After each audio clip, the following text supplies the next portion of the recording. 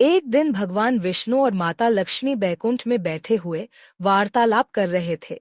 माता लक्ष्मी ने भगवान विष्णु से एक प्रश्न किया, आपके प्रिय भक्त कौन है? भगवान विष्णु ने उत्तर दिया, मेरे सभी भक्त मेरे लिए प्रिय हैं, लेकिन उनमें सबसे प्रिय महादेव शिव हैं। जो शिव की पूजा करता है वह मेरे लिए भी प्रिय है।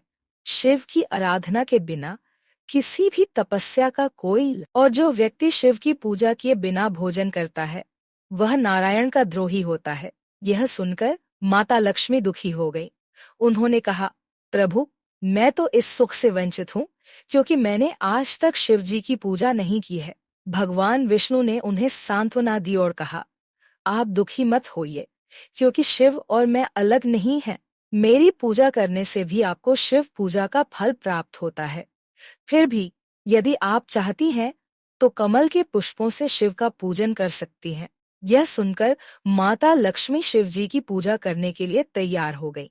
उन्होंने 108 कमल के फूल एकत्र किए और ओम नमः शिवाय का जाप करते हुए शिवलिंग पर एक एक करके फूल चढ़ाने लगी। महसूस हुआ कि उनके पास केवल 2 पुष्प शेष हैं, जबकि उन्हें 108 पुष्प चढ़ाने थे। उन्होंने पुष्पों की गिनती की, लेकिन वे 2 पुष्प कम थे। माता लक्ष्मी चिंतित हो गईं कि उनकी पूजा अधूरी रह जाएगी। दरअसल यह एक परीक्षा थी जो स्वयं भगवान शिव ने ली थी, लेकिन माता लक्ष्मी इस बात से अनभिज्ञ थी।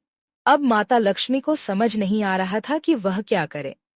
अचानक उन्हें भगवान विष्णु की वह बात याद, जिसमें उन्होंने कहा था कि उनका शरीर एक सरोवर है और उनके स्तन कमल के पुष्प के समान है। यह विचार आते ही माता लक्ष्मी ने अपने बाएं स्तन को काटकर शिवलिंग पर चढ़ाने का निश्चय किया। जब उन्होंने अपने तेज धार वाले चाकू से अपना स्तन काटने की कोशिश की, तभी भगवान शिव स्वयं प्रकट हो गए।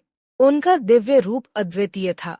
मस्तक पर चंद्रमा, जटा से बहती गंगा और हाथ में त्रिशूल लिए वे अत्यंत विशाल और अलौकिक दिखाई दे रहे थे। माता लक्ष्मी ने शिव जी के दर्शन किए और उन्हें प्रणाम किया। भगवान शिव ने प्रसन्न होकर कहा, देवी, आपने जिस प्रकार से पूजा की है उससे मैं अत्यंत संतुष्ट हूँ। आपकी सभी मनोकामनाएं पूर्ण होंगी और समस्त संसार के प्राणी आपको अन्नदाता के रूप में पूजेंगे। आपकी पूजा करने वाले किसी भी प्राणी को कभी अन्न की कमी नहीं होगी।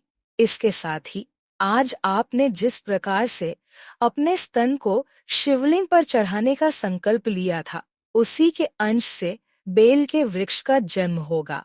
जो भक्त बेलपत्र चढ़ाकर मेरी पूजा करेगा उसकी सारी मनोकामनाएं पूर्ण होंगी।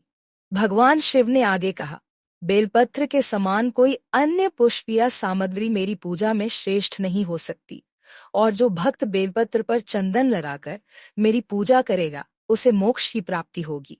शिव के आशीर्वाद से माता लक्ष्मी का शरीर फिर से पूर्ण हो गया। इसके बाद शिवलिंग पर उनके स्तन कमल से बेल के वृक्ष का जन्म हुआ और वह पेड़ तुरंत ही शाखाओं से भर गया। यह कहानी हमें बताती है कि शिवलिंग पर बेलपत्र चढ़ाने का महत्व कितना गहरा और पवित्र है। बेलपत्र भगवान शिव के प्रति हमारी श्रद्धा और भक्ति का प्रतीक है।